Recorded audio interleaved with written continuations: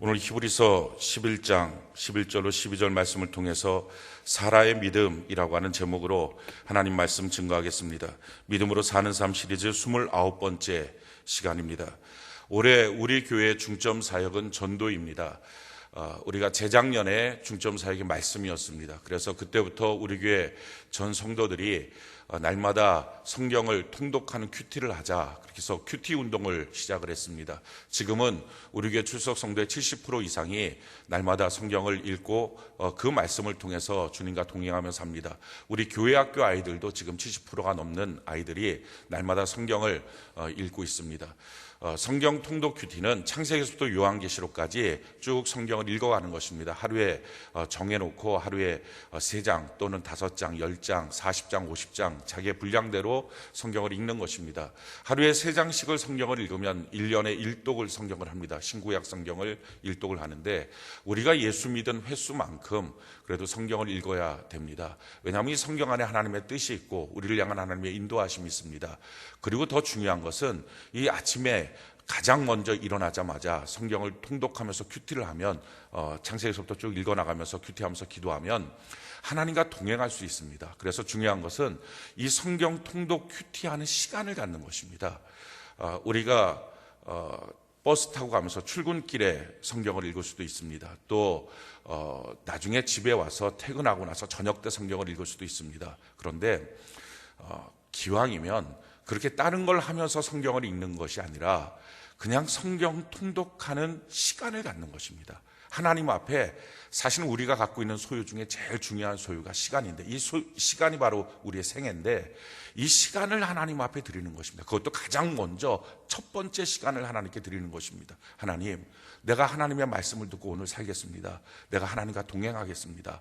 그런 마음을 갖고 시간을 들여서 오직 그 시간은 다른 거 하는 시간이 아니라 큐티하는 시간을, 그래서 이 시간을 가지려면 평상시보다 좀 일찍 일어나야 됩니다. 우리가 전에 일어났던 시간보다 좀 일찍 일어나야 됩니다. 밥 지으면서 큐티하는 것 말고, 화장실 가서 큐티하는 것 말고 정말 큐티하는 시간을 딱 갖는 것입니다. 그래서 하나님 앞에 하나님과 동행하기 원한다고, 하나님의 뜻대로 내가 살기 원한다고 하고 나서 그 시간을 하나님께 드리면 나머지 24시간 전체를 하나님이 우리와 동행하십니다. 성경 통독 큐티의 목적은 하나님과 동행입니다. 예수 믿는 사람의 최고의 능력은 하나님과 동행하는 것입니다. 우리가 하나님과 분리되어 있다면 우리는 아무 능력이 없습니다. 하나님과 동행하는 삶의 가장 중요한 것, 이것이 바로 성경 통독 큐티입니다. 우리가 이런 성경 통독 큐티를 통해서 우리가 2년 전서부터 우리 시작을 해서 지금 이제 우리 성도들이 한 70% 이상이 성경 통독 큐티를 하고 있습니다. 두 번째, 우리가 작년도에 했던 일이 기도하는 운동이었습니다. 그래서 본당문을 개방하고 우리가 화요일부터 금요일까지 10시부터 저녁 6시까지 교회 와서 기도하기 원하시는 분들 기도를 했습니다. 많은 성도들이 나와서 기도를 했고요. 그렇게 하나님 앞에 기도를 통하여 주시는 놀라운 은혜들을 누렸습니다. 기도 안에 하나님의 축복의 모든 것이 담겨져 있습니다. 기도가요, 이 축복의 보따리, 이걸 풀면 이 안에 재물도 있고요, 번성도 있고 건강도 있고 성공도 있고 능력도 있고 다 있습니다. 그래서 성경은 말합니다. 왜 우리가 못 갖고 사느냐? 구하지 않았기 때문이다. 그러니까 우리가 누리지 못하는 이유는 딱 한 가지라고 성경은 말합니다. 기도 부족입니다. 우리가 작년도에 기도를 통해서 많은 풍성한 은혜를 누렸는데 올해도 더 많이 기도하는 은혜가 있기를 바랍니다. 재작년에 말씀 운동을 통해서 지금까지 말씀의 큐티 운동을 우리가 하고 있고, 기도를 통해서 올해도 이제 우리가 더 힘써 기도해야 되는데, 여기에 올해의 중점 사역은 전도입니다.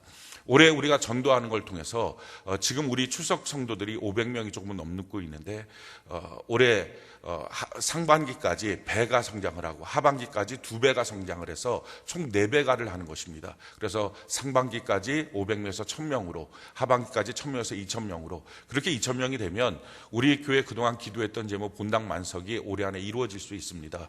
그래서 우리가 전도하는 은혜가 있기를 바랍니다. 이게 너무 큰일 같이 보이지만 사실은 그렇지가 않습니다. 우리 한 사람 한 사람이 딱 2명만 전도하면 됩니다. 상반기에 1명, 하반기에 1명. 이러면 우리 교회가 4배가 충분히 될 수 있습니다. 그래서 우리 주변에 예수 믿지 않는 2명은 있습니다. 그래서 그 사람을 마음에 품고 기도하고 복음을 증거하고 전도해서 교회 안에 뿌리를 내리게 하고 양육하는 것, 이것이 필요합니다. 우리가 올해 이제 전도로 집중하는 이유 중에 한 가지는요, 우리 교회 안에 전도해서 하나님이 보내주신 영혼들을 한 영혼도 잃지 않고 품을 수 있는 그런 그릇이 준비됐습니다. 15명의 셀장님이 계시고 32명의 교사 선생님들이 양육받고 훈련 훈련받고 있습니다. 10명의 봉사팀장님들이 훈련되고 있습니다. 57명의 평신도 리더들이 세워져서 이분들이 약 40명씩만 품에 안고 돌보고 또 목양하고 세워가면 충분히 됩니다. 한 사람이 40명, 50명 정도는 충분히 목양할 수 있는데요. 지금 이렇게 준비되고 있습니다. 그래서 올해 안에 우리에게 주시는 영혼들 한 명도 잃지 않고 다 양육하고 세워갈 수 있습니다. 이 그릇이 준비됐으니까 우리가 힘있게 전도하는 은혜가 있기를 바랍니다. 근데 특별히 우리가 이렇게 전도해서 우리 교회로 나오게 될 때 우리가 줄 수 있는 가장 귀한 선물은 가장 좋은 교회 공동체를 주는 거예요. 가장 좋은 신앙 공동체를 주는 거예요. 할렐루야. 교회 나왔을 때 세상과 똑같으면 무슨 의미가 있습니까? 힘써서 전도했는데 교회 나서 상처받고 돌아가면 무슨 의미가 있습니까? 그래서 우리가 준비해야 될 것은 가장 좋은 신앙 공동체, 가장 좋은 교회 공동체를 새롭게 나오시는 분들에게 선물해 주는 것입니다. 이렇게 성경적 교회를 우리가 드리기 위해서 세 가지 우리가 중심축이 있습니다. 말씀드렸던 것처럼 매일 성경 통독 큐티를 하는 것입니다. 혹시 여러분들 가운데 아직도 띄엄띄엄 성경을 읽고 계신 분들이 있다면 올해 결심해서 날마다 하나님과 동행하는 아침에 가장 먼저의 시간을 하나님께 드리는 은혜가 있기를 바랍니다. 이 성경 통독 큐티를 통해서 성경을 알아가고 하나님의 뜻을 알아가고 하나님과 동행하는 삶을 사는 것 중요합니다. 두 번째는요, 평신도 목양입니다. 우리가 지금 57명의 평신도 목양하는 일꾼들이 세워졌는데 이들뿐만 아니라 모든 성도들이 다 하는 것입니다. 그 자녀를 낳아봐야 부모 마음을 알고 철이 든다고 합니다. 교회도 똑같습니다.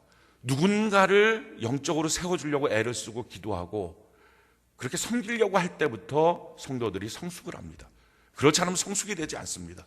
그러니까 이 누군가를 세워주려고 할 때 원래 자기가 갖고 있던 기질과 체질대로는 안 된다는 걸 압니다. 그래서 예수님의 성품을 배우고 온유와 겸손을 배우고 예수님의 체질로 바뀌어지려고 합니다. 내 모습에서 변화받으려고 합니다. 이게 성숙입니다. 그래서 평신도 목양을 해야 성숙이 있습니다. 교회 안에 세워진 리더들뿐만 아니라 모든 성도들이 평신도 목양을 할 수 있도록, 그러니까 자기 가정에 돌아가서 믿지 않는 자기 식구들 또 자기보다 후에 믿었던 사람들을 한 명 한 명 정말 가슴에 품고 목자의 심정으로, 선교사의 심정으로, 목회자의 심정으로 품고서 세워주려고 할 때 그때 성숙이 있습니다. 세 번째 우리가 해야 될 것은 신본주의 공동체 운동입니다. 그냥 교회 안에서 돈으로 만나고 인간관계로 만나고 이렇게 해서 만나면 처음엔 좋지만 나중에는 다 상처입니다. 하나님이 기뻐하시는 만남, 하나님이 지지하시는 만남, 끝까지도 좋은 만남, 이게 신본주의 만남입니다. 이런 신본주의 공동체를 우리가 이루어가는 것, 이것이 바로 우리 교회가 줄 수 있는 가장 좋은 선물인 교회 공동체, 신앙 공동체를 줄 수 있습니다. 이와 같은 교회의 꿈들을 우리가 꿉니다. 또 한 가지는 우리 성도님들 다 마찬가지로 자기 자신이 올해 하나님을 향해서 얻고 싶고 누리고 싶은 꿈들이 있습니다. 자, 이 꿈들을 이룰 수 있는 비결이 뭡니까? 이게 바로 믿음입니다. 성경이 이렇게 말합니다. 히브리서 11장 1절에 보면 믿음은 바라는 것들의 실상이요 보이지 않는 것들의 증거니. 그러니까 우리가 지금 원하는 교회적인 꿈이라든지 여러분들 개인의 꿈이라든지 이런 꿈들을 이룰 수 있는 비결, 이게 바로 믿음이고, 이 믿음이라고 하는 것은 지금 우리가 보이지 않는데 말만 하고 있는데 말만 하고 있는 이것이 보여지도록 드러나는 증거물이 되는 것, 이게 바로 믿음이라는 것입니다. 그러기에 올해도 우리가 믿음을 더 굳세게 하는 은혜가 있기를 바랍니다. 믿음으로 교회의 꿈도 이루길 바라고, 믿음으로 여러분들의 꿈도 이루어지길 바라고, 말만 하고 기도만 했던 것들이 여러분들 눈에 보여지는 올 한 해가 되기를 예수님 이름으로 축원합니다. 자, 오늘 사라의 믿음을 통해서 우리의 믿음을 더욱 굳세게 하는 하나님의 교훈을 받는 시간 되길 바랍니다. 사라의 믿음을 통해서 깨닫게 되는 믿음이라는 것이 무엇이냐? 믿음은 불가능을 뛰어넘는 것이다 라는 것입니다. 오늘 성경이 뭐라고 말합니까? 오늘 히브리서 11장 11절 같이 한번 읽어볼까요? 히브리서 11장 11절 같이 한 목소리 시작. 믿음으로 사라 자신도 나이가 많아 단산하였으나 잉태할 수 있는 힘을 얻었으니 이는 약속하신 이를 미쁘신 줄 알았음이라. 아멘. 오늘 성경 본문이 말합니다. 사라는 지금 몸이 늙어서 더 이상 아기를 낳을 수 있는 몸이 아니었다라는 것입니다. 이건 자기가 갖고 있는 절대적인 불가능입니다. 사람들은요, 어떤 꿈을 이루기를 원하지만 그 꿈에 도달하기 전에 장애물들이 있습니다. 자기의 형편 처지에 따라서 이게 안 된다, 이거 할 수 없는 거다, 내 꿈을 내가 이룰 수 있게 나는 전혀 지금 여건이 안 돼 있다, 이러면서 좌절하고 절망합니다. 사라도 마찬가지였을 거예요. 지금 자기가 몸이 늙은 거예요. 더 이상 아이를 낳을 수가 없어요. 과학적으로 안 됩니다. 그래서 그냥 단산하게 되어 있는 자기의 몸이었습니다. 죽은 것 같은 자기의 몸이었습니다. 그런데 그 몸에 하나님의 말씀이 들린 거예요. 너를 통해서 아들을 낳을 것이다. 사라는요, 하나님의 말씀을 믿었어요. 그 말씀을 붙들었어요. 그랬더니 오늘 본문이 뭐라고 말합니까? 그 하나님의 말씀을 붙든 믿음이 잉태할 수 있는 힘을 줬다. 할렐루야. 그 믿음이 불가능을 뛰어넘을 수 있는 힘을 주었다는 거예요. 사랑하는 성도 여러분, 그러기에 믿음 안에서 보면 핑계가 없어요. 변명이 없어요. 난 이래서 이런 상황 때문에 어쩔 수 없어요. 난 그래서 그 꿈을 이룰 수 없어요. 기도는 하지만 응답되지 않을 것 같아요. 그렇게 말할 수 없는 것은 사라가 자기의 불가능의 형편이 있었지만 하나님의 말씀을 믿었을 때 그 믿음으로 잉태할 수 있는 힘도 얻었고, 믿음으로 아이를 낳았고, 마침내 믿음으로 키웠을 때 그 이삭을 통하여 천하 만민들이 우죽순같이 일어나는 놀라운 역사가 나타나게 되었다라는 것입니다. 사랑하는 성도 여러분, 믿음은요, 불가능의 자리에서 시작합니다. 남들 다 할 수 있는 것, 누구든지 할 수 있는 것, 그냥 자기가 노력하면 되는 것, 거기에서 무슨 믿음이 필요합니까? 그땐 계획만 세우면 됩니다. 그럼 믿음이 아무 소용이 없는 거예요. 그런데 남들이 못하는 것, 다 포기한 것, 그런데 꼭 하고 싶은 것, 하나님이 내게 꿈을 주신 것, 거기서부터 그 불가능의 자리에서 믿음이 생깁니다. 우리가 믿음을 가지려고 그러면요, 불가능이라고 하는 것, 안 된다고 하는 상황이 방해를 합니다. 야, 믿음 갖고 뭐가 되겠어? 이거 안 되는 거야. 지금 처지가 안 되는 거야. 근데 놀라워요. 그렇게 방해를 하지만 우리가 믿음을 갖기만 하면 그 믿음이 마침내 불가능을 뛰어넘는 거예요. 그 믿음이 불가능한 어떤 상황들을 뛰어넘는 거예요. 그래서 믿음으로 말미암아 기적이 나타나는 거예요. 우리가 올 한 해 믿음으로 말미암아 여러분들의 꿈과 비전들이 불가능의 장벽을 뛰어넘고 장애물을 뛰어넘고 이루어지는 은혜가 있기를 예수님 이름으로 축원합니다. 예수 믿는 사람들이 맨날 그 정도만 살고 있으면, 맨날 남들도 하는 정도만 살고 있으면 예수 믿는 증거가 무엇입니까? 예수 믿는 능력이 무엇입니까? 예수 믿는 필요가 무엇입니까? 예수 믿는다는 것은요, 불가능을 뛰어넘을 수 있는 믿음이 있다는 거예요. 오늘 그 믿음이 우리 가운데 넘치기를 예수님 이름으로 축원합니다. 그게 성경이 이렇게 말합니다. 마가복음 9장 23절에 예수께서 이르시되 할 수 있거든이 무슨 말이냐? 믿는 자에게는 능히 하지 못할 일이 없느니라 하시나. 할렐루야. 믿는 자에게는 능치 못함이 없는 것입니다. 이것이 예수님이 우리에게 친히 하신 말씀입니다. 우리가 다 믿는 자 아닙니까? 예수 믿는다고 말하고 있지 않습니까? 그렇다면 예수 믿는 우리가 이건 못하는 거예요, 이건 어쩔 수 없는 거예요 라고 말한다면 하나님의 말씀과 틀리지 않습니다. 그러니까 이건 못하는 거, 이건 안 되는 거예요. 점검해 봅시다. 내가 정말 원하는지, 하나님이 정말 원하시는지. 원하는데도 못한다고 말한다면 믿음 고쳐야 됩니다. 제대로 된 믿음 가져야 됩니다. 만약에 원하지 않는 거라면, 하나님도 원하지 않는 거라면 그럼 됐습니다. 그러나 기도하고 있는 것, 정말 하나님이 주셔야 될 것, 꼭 필요한 것, 그것이라면요, 환경 처지, 내 처지 이렇다고, 지금 내 형편이 이렇다고 포기하지 마십시오. 그 불가능을 뛰어넘는 믿음을 갖고 승리하는 은혜가 있기를 예수님 이름으로 축원합니다. 자, 그러면 어떻게 이 믿음을 소유할까 하는 거예요. 어떻게 하면 이 믿음을 우리가 소유해서 불가능을 뛰어넘고서 지금 여러분들이 갖고 있는 꿈을 이루기 원하는데 수많은 장애물들이 있을 텐데 그 장애물들을 어떻게 믿음으로 뛰어넘을까? 사랑하는 성도 여러분, 모든 성도들이 다 뛰어넘으면 좋잖아요. 이 땅에는 1200만이 다 뛰어넘으면 좋잖아요. 예수 믿는 사람들, 교회 다니는 사람들이 다 뛰어넘으면 좋잖아요. 그런데 참 놀라운 것은요, 교회 안에서도 하나님의 기적을 보는 사람은 소수예요. 교회 안에서도 성령의 음성을 듣는 사람은 소수예요. 교회 안에서도 기도의 응답을 받는 사람들은 소수예요. 그렇다면 하나님은 소수에게만 믿음을 주시고 나머지 다수에게는 아무것도 안 주셨습니까? 아니에요. 동일한 믿음을 주셨는데 누구는 그 믿음을 다 사라져버렸고 누구는 불가능을 뛰어넘는 믿음을 유지하고 간수하고 뛰어넘는 믿음을 소유하게 된 거예요. 그래서 오늘 우리가 어떻게 하면 그 믿음을 갖느냐 하는 거예요. 자, 제일 첫 번째 원리는요, 주님 안에 있는 거예요. 오늘 우리가 이 시간 이 예배도 주님 안에서 드리기를 바랍니다. 기도도 주님 안에서 하기를 바랍니다. 우리의 삶도 주님 안에서 하기를 바랍니다. 주님 밖으로 벗어나지 마십시오. 주님 안에 있는 거예요. 성경이 이렇게 말합니다. 빌립보 4장 13절에 내게 능력 주시는 자 안에서 내가 모든 것을 할 수 있느니라. 그러니까 예수님 안에서 할 수 있는 거예요. 예수 밖으로 나가면 안 돼요. 할렐루야. 그러니까 예수 안에 있는 것입니다. 자, 그러면 우리가 예배드리고 기도하고 말씀 보는데 그럼 뭐가 어떻게 하는 것이 예수님 안에 있는 거냐라는 거예요. 요한복음 15장 4절로 7절에 보면 예수님이 하신 말씀인데, 내 안에 거하라 나도 너희 안에 거하리라. 가지가 포도나무에 붙어있지 아니하면 스스로 열매를 맺을 수 없음 같이 너희도 내 안에 있지 아니하면 그러하리라.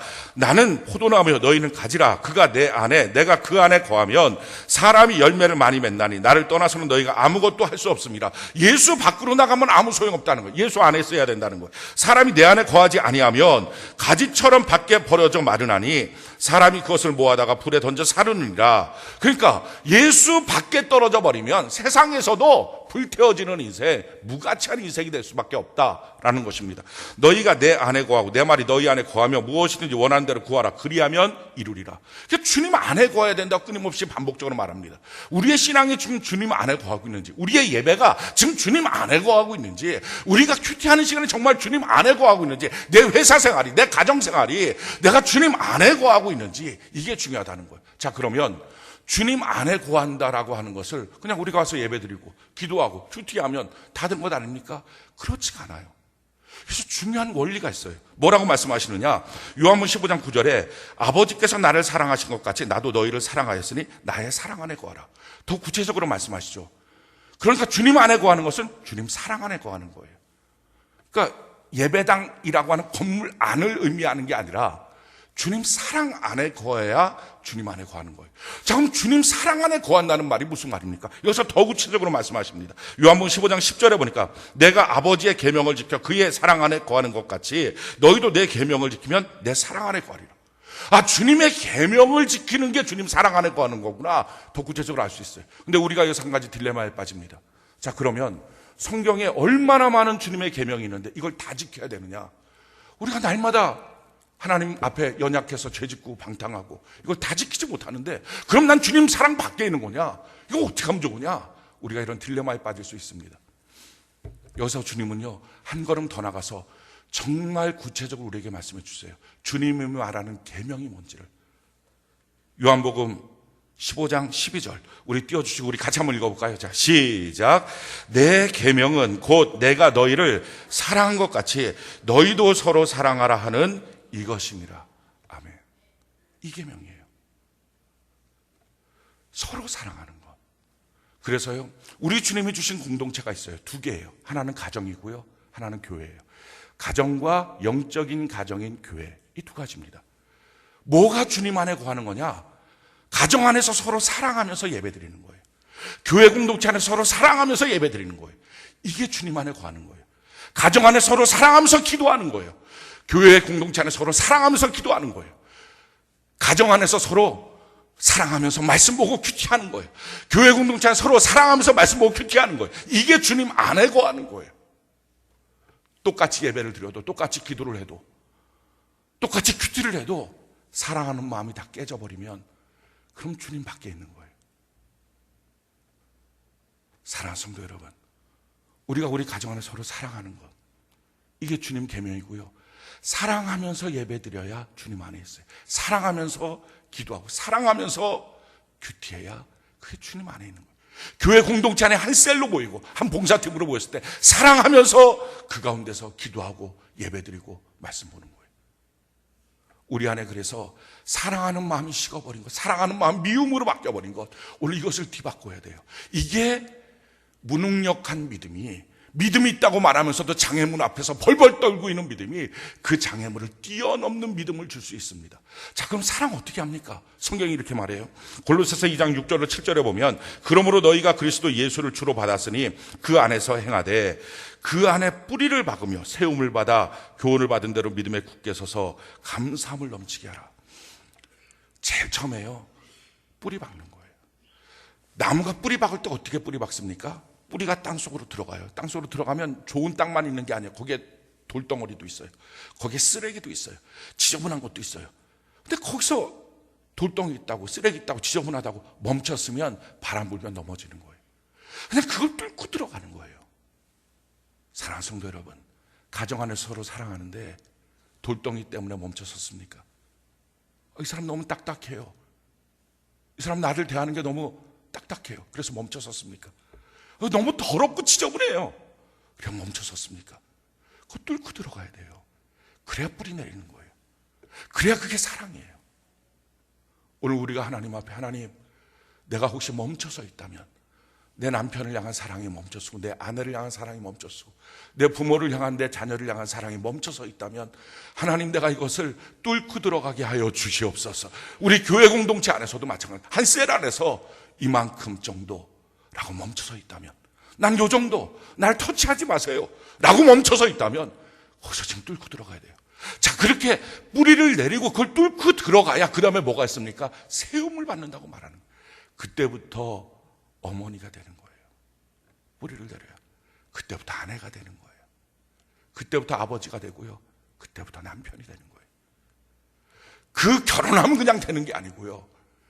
뿌리를 받고 뚫고 들어가고, 서로가 갖고 있는 어떤 결점들, 서로가 갖고 있는 어떤 상처들도 뚫고 들어가고, 교회 안에서도요, 그거 뚫고 들어가야 성도가 되는 거예요. 뚫고 들어가야 교회 회원이 되는 거예요. 뚫고 들어가야 일꾼이 되고 하나님의 사람이 되는 거예요.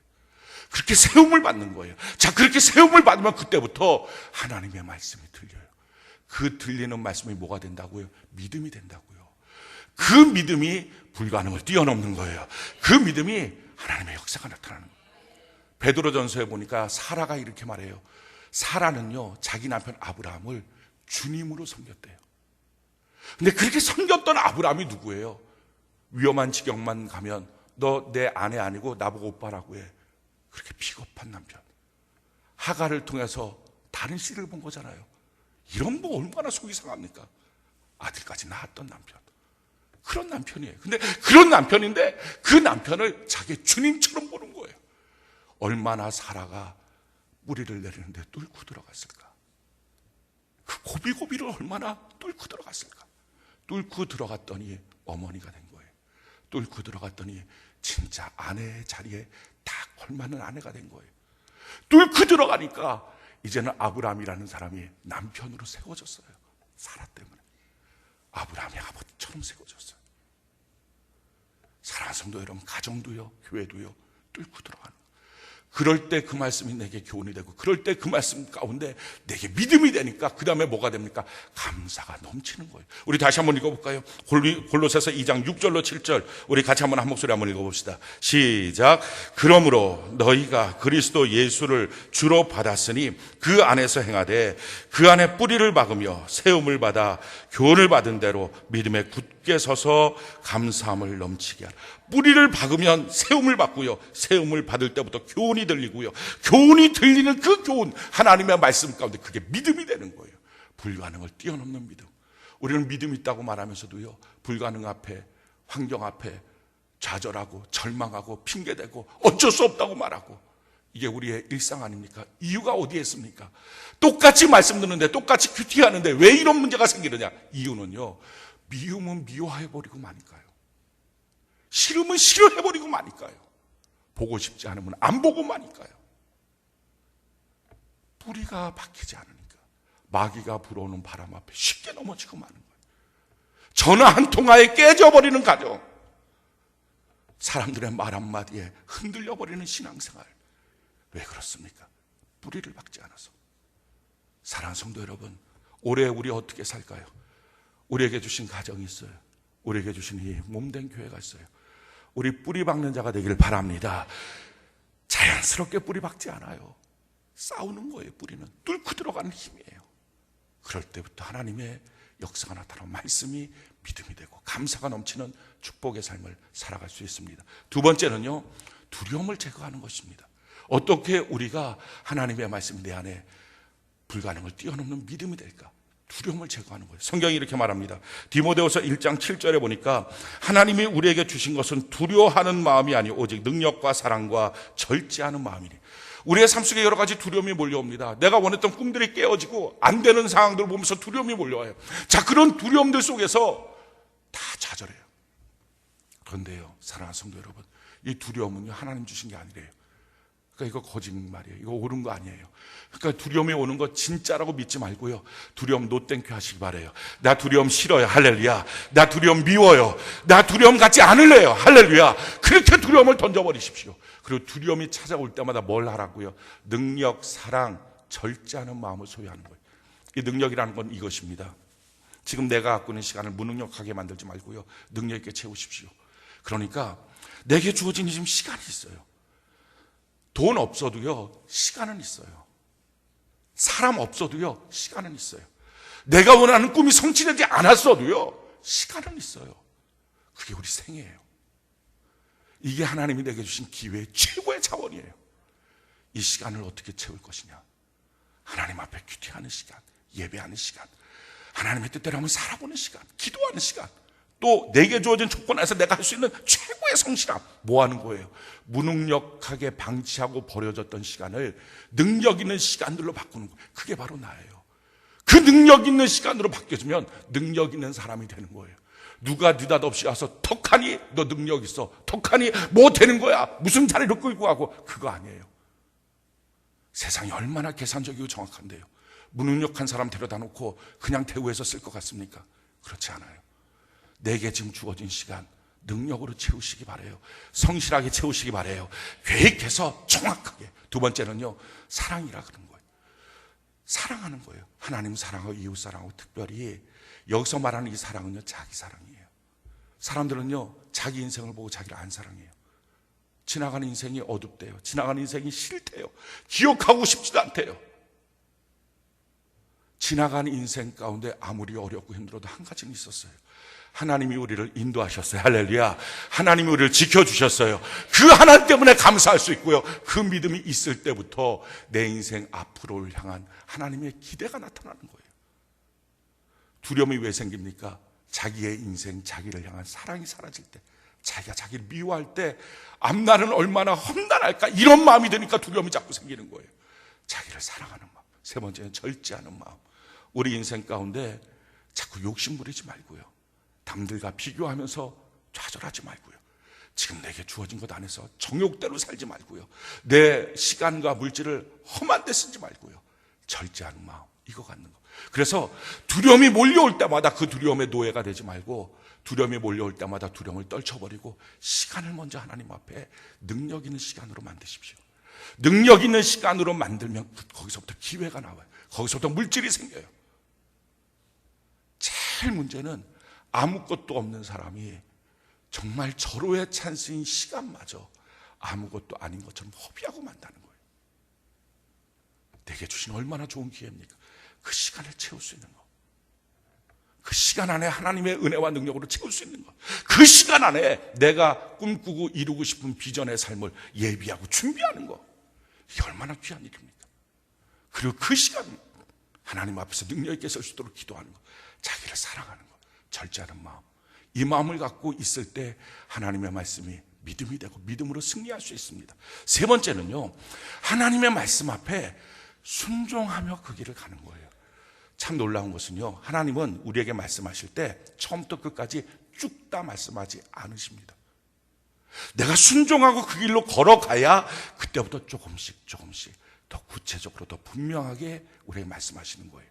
자, 사라를 통해서 하나님이 아들을 주시겠다 말씀하실 때 어떻게 말씀하시느냐?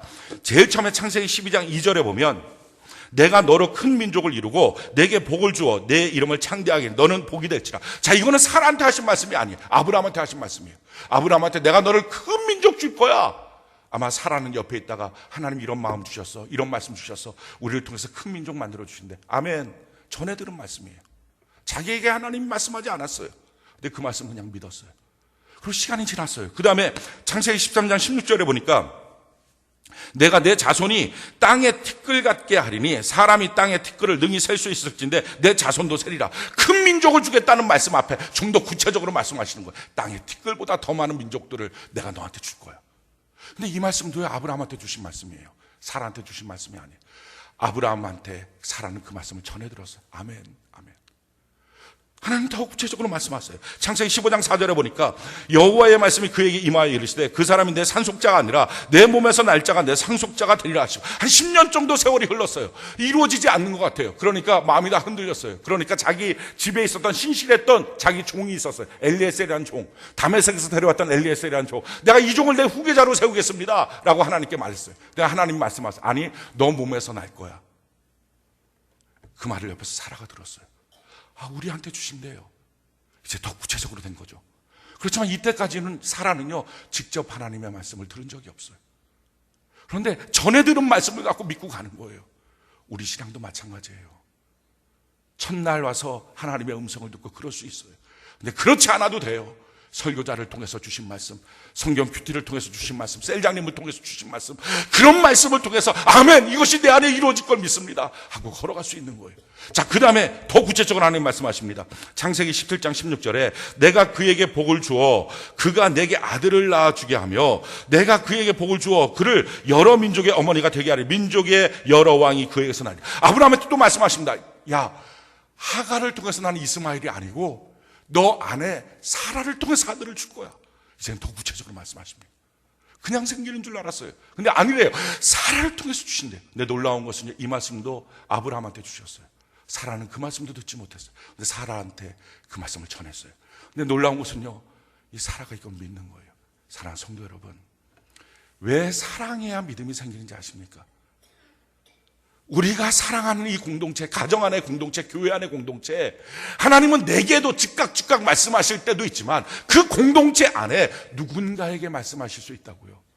근데 사랑하지 않으면 그 말씀을 듣지 못하는 거예요. 다 단절돼서. 왜 큐티에서 같이 밴드에 올리는지 아십니까? 우리에게 주시니까요, 말씀을. 나에게도 주실 수 있지만 그 큐티 밴드에서 올리는 누군가에게 하나님은 말씀하시고 그 말씀이 내 말씀이 되기도 하니까요. 만약에 아브라함과 사라의 관계가 서로 소통이 안 되는 단절된 관계였다면, 대화도 하지 않는 관계였다면 아브라함 이 모든 말씀을 듣고 사라한테 말할 수가 없었을 거예요. 그럼 사라는요, 말씀 없는 자가 되었고, 그러니까 결국 단산할 수밖에 없는 자기의 육체 앞에 좌절하고 낙심하고 말았을 거예요. 믿음 없는 자로. 근데 소통이 되는 거예요. 사랑하는 성도 여러분, 여러분들 가정에 복이 있기를 바랍니다. 복이 있으려면 먼저 소통이 있어야 돼요. 교회 안에 복이 있기를 바랍니다. 복이 있으려면 서로 사랑과 나눔이 있어야 되는 거예요. 그래서 하나님의 역사가 나타나는 거예요.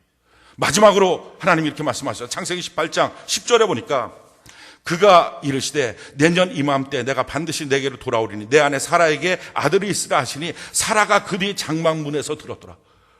이때 똑같이 아브라함한테 말씀하셨어요. 근데 하나님이 아신 거예요. 아브라함한테 말씀하셨지만 그 장막문 뒤에 사라가 듣고 있다는 걸 아셨어요. 그래서 사라한테 말씀하시는 거예요. 그래갖고 그 사라를 불러서 너 웃었지? 라고 말씀하세요. 이삭이라는 이름이 여기서 지어지는 거예요. 마침내 이때서야 사라에게 말씀하세요. 내년에 너에게 이맘때쯤에 아들이 생길 거예요. 자, 보십시오. 하나님의 말씀은요, 먼저는 크게 나에게 직접 주지 않을 수도 있어요. 근데 조금씩 그 길을 순종하며 걸어가니까 더 구체적으로 말씀하세요. 더 분명히 말씀하세요. 마침내는 내 귀에 찌렁찌렁 울리도록 하나님 말씀하세요. 그러기에 그 길을 순종하며 가는 자만이 하나님의 말씀이 구체적으로 들립니다. 무엇을 원하는지 분명히 보여집니다. 우리가 순종하지 않고 서 있으면서 하나님 다 가르쳐 주세요. 내가 어디로 가야 될지 다 보여주세요. 하나님은 말씀할 수 없어요. 순종하는 그 길을 걸어갈 때 거기에 맞추어서 조금씩 말씀하시는 거예요. 사랑하는 성도 여러분, 우리도 똑같이 예배드립니다. 똑같이 큐티하고 똑같이 기도합니다. 그런데 우리의 믿음이 만약에 장애물 앞에서 낙심하고 좌절하고 절망하고 있는, 변명과 핑계대고 있는 믿음이라면, 장애물을 뛰어넘지 못하고 있다면, 첫 번째, 내가 우리 가정 안에 무리를 받고 있는가, 무리를 지금 뚫고 들어가는가, 멈춰서 있는가. 우리 오늘 주님 앞에 구합시다. 하나님, 하나님의 사랑을 내 마음에 주셔서 내가 뚫고 들어가는 은혜가 있게 하여 주옵소서. 사랑할 수 있는 마음 내게 달라고. 그 마음 내 안에서 생기지가 않잖아요. 하나님이 주시는 거잖아요. 그 사람이 좋아서가 아니잖아요. 남편이 좋아서 남편을 사랑하는 것, 신혼 때 말고 언제 됩니까? 근데 그 뒤는요, 그 남편과 내 사이에 중재하신 하나님이 보이니까 좋아지는 거예요. 나와 내 자녀 사이에 하나님이 계시니까, 하나님이 책임져 줄 걸 믿으니까 좋은 거예요. 우리 교회 공동체 안에도 마찬가지예요. 나와 그 성도 사이에 하나님이 계시고, 여러분들이 저를 존중하고 존경할 수 있는 것, 오성택이라고 하는 이 개인을 놓고 그러겠습니까? 그렇지가 않아요. 그런데 오성택이라고 하는 이 사람 뒤에서 일하시는 하나님을 믿으니까, 할렐루야, 그걸 믿으니까 그래요, 존중합니다, 그 말씀을 순종합니다 하는 고백이 나오는 거예요. 하나님 때문에. 그래서 우리가 기도해야 돼요. 하나님, 내게 뿌리를 더 깊이 박을 수 있는 사랑의 마음 하나님이 내게 허락하여 주시옵소서. 그거 기도해야 됩니다. 두 번째는요, 우리의 시간, 우리의 삶을 내 자신을 미워하고 헛되게 시간을 보냈다면, 좌절된 꿈, 깨진 꿈 때문에 그렇게 하고 있었다면 능력으로 채우는 거예요. 치밀하게 하나님이 주신 이 시간을 아끼면서 세월을 정말 아끼면서 채워가는 거예요. 세 번째, 우리에게 주어진 모든 삶 속에서 하나님 앞에 조금씩 순종하십시오. 순종하며 그 길을 걸어가야 그 다음 스텝이 나와요. 순종하며 그 길을 걸어가야 그 다음 말씀이 있어요. 우리가 혹시 첫 말씀만 듣고 멈춰서 있습니까?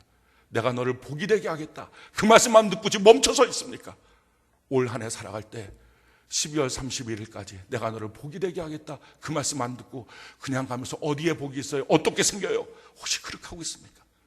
매주 조금씩 순종하면서 내게 주시는 더 구체적인 말씀 안에 우리 각자 한 사람 한 사람 올해 지나기 전에 다 하나님의 복이 현장에서 드러나고 나타나서 이제는 가정도 여러분들의 삶의 터전도 하나님의 복으로 충만해지기를 예수님 이름으로 축원합니다. 이제는 여러분들 때문에 여러분들 주변이 넘치는 하나님의 형통과 은혜가 있기를 예수님 이름으로 축원합니다.